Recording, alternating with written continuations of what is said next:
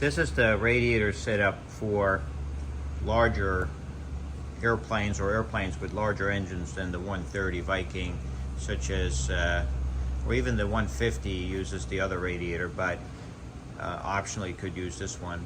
However, this is meant for the turbocharged 195 horsepower engine, and this cooling pod that we have here uses a high efficiency racing style all aluminum multi-core radiator.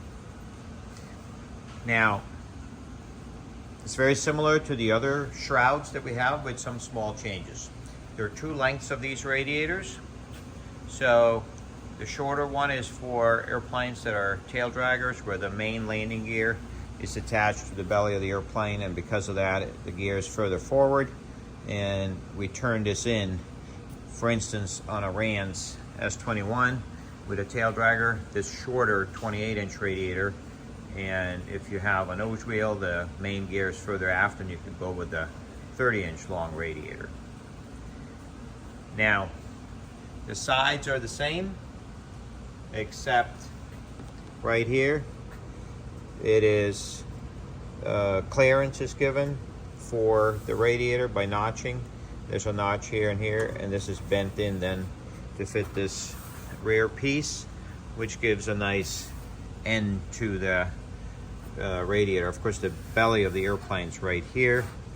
3/4 inch foam weather strips go across here to make this a complete seal against the belly of the airplane. This piece is supplied. Here's a little stringer we added to make this more rigid. They can be added anywhere where there's no airflow, so it doesn't interfere with it. Now, when we turn it around, we'll see the bottom. We basically have a setup like this, and so then the back tapers down this way up to the airplane and in a little bit here to play the landing gear for aerodynamics, a drain for the radiator, and then in the front, obviously we're looking at it upside down now, but the cowling, this goes up into the cowling, matches the bottom of the airplane. The air follows the cowling.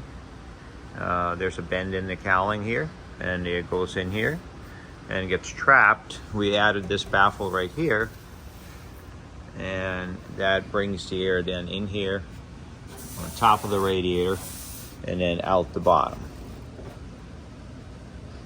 Now, looking at the other side again, these are the 1.25 inch tubes that made up with the cooling system. This is notched here to clear them. The firewall of the airplane is right here. Okay, so this edge here is the bottom of the firewall. So that this obviously open, air can get in here. The firewall starts right here, goes up, gives enough room for the hoses to go on the tubes, and then to the left and the right side of the cooling system. Doesn't matter if you run the hot side from the cylinder in here or the hot side from the cylinder's head in here. It can run either way as far as the routing of the coolant. So that's the new setup. Initially, this will be shipped out to early builders with the what you see here.